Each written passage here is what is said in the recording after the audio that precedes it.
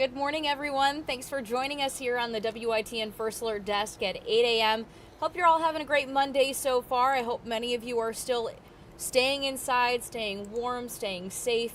If you do have that option to, work from home, I know a lot of schools are on their remote learning days today or closed for the day for a nice snow day out there. But if you do have to be outside, like we've been saying all morning, just please take it easy on the roads, be careful. A lot of those primary roads, especially here in Greenville, it looks like they look pretty clear, but of course black ice is definitely a concern, as well as those secondary roads that have yet to be cleared up can still pose quite the risk for everyone out there. So please be careful.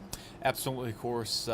We had Phil had his prediction. Yes. I don't know how happy or angry y'all going to be with me. Nobody in this newsroom seems to be happy with me right now. We all just were like, oh, man. Gigi said it. She said, no, I'm not. And she just like, I'm not mad at you. I'm mad at Phil. I know you're not mad at Phil, me, but no.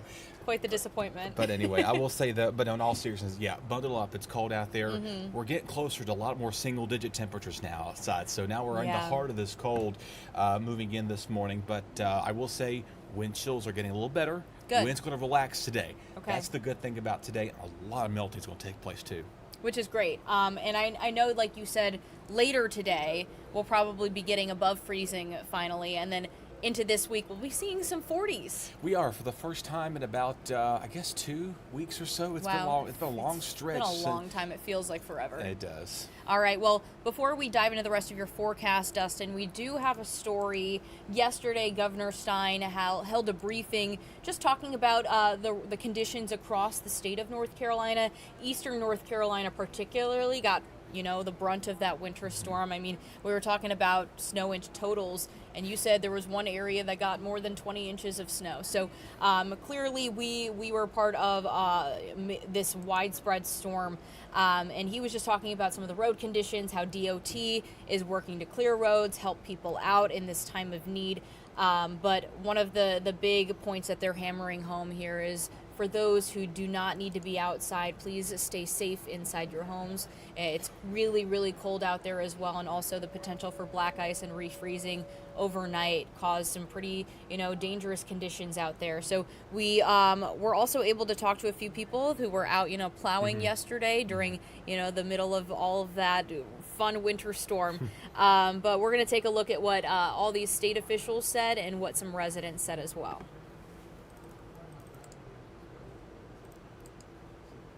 After being faced with snow on the road Saturday, Eastern Carolina drivers will soon confront a new threat, black ice, as what melted during the day Saturday freezes over. There are significantly more vehicles on the roads this weekend compared to last.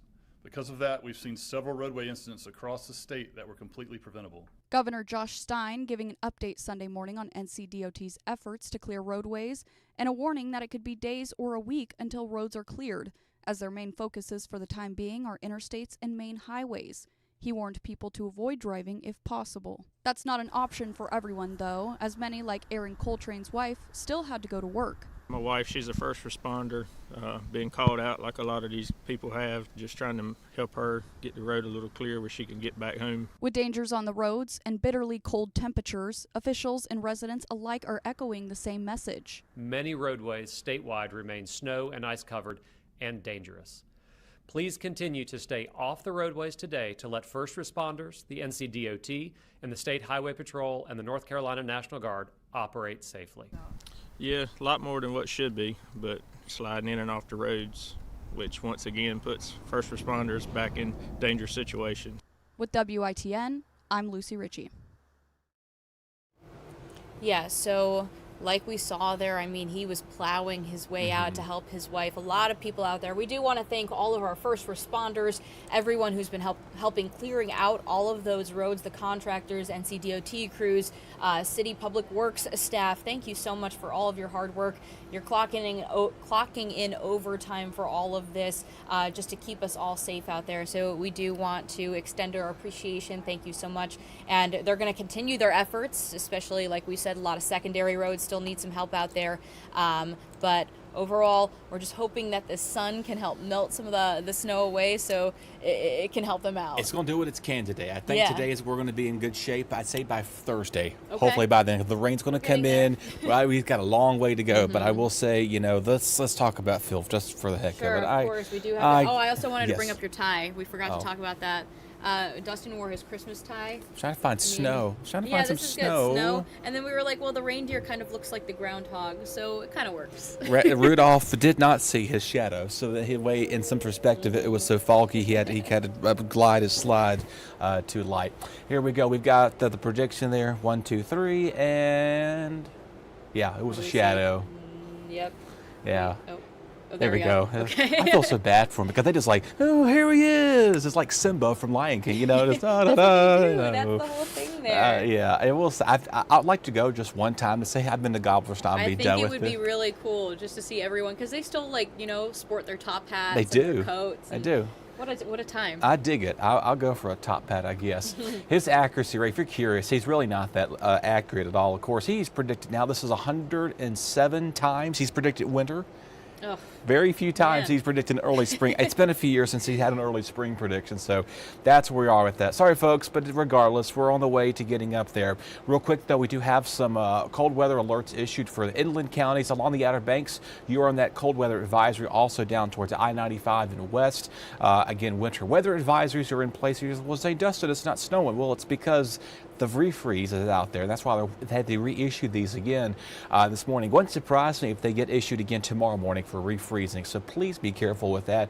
Here's your temperature: 7 in Kinston, 5 in Kenansville, 9 both Jacksonville, Goldsboro, 11 in Williamston. We're 11 here at the studio, but at the airport there it's 12, so just a few degrees up the road. It's not that far off, but yeah, even some of our sensors are starting to have some difficulty picking up the colors of the temperature gradient here. You see, we're going to have to start inventing some new colors because we're so cold outside with that. But regardless of anything, this wind is going to finally calm down and we can kind of get back to just being just cold. But overall, though, one more time, you got to showcase this snow map because this is rare. We don't ever see this. Some coastal flooding there along the coastline as per usual. I don't know if Highway 12 is closed. I know it was closed for a little bit over the weekend. I'm sure they're still having some issues there. I'll check in with our Highway 12 people. Okay. But yeah, probably still not very wise to be going out on the roads there. Yeah, and of course the ferry terminals, I think their services were suspended for a day or two or something like that. So yeah, we'll have more updates on that. It's quiet right now across the country, but here we go this afternoon. Woo! Okay, well, we'll just go. Okay, make your mind, computer. Here, what are we doing here? Okay, we got clear skies out there and then near freezing, above freezing, which is nice.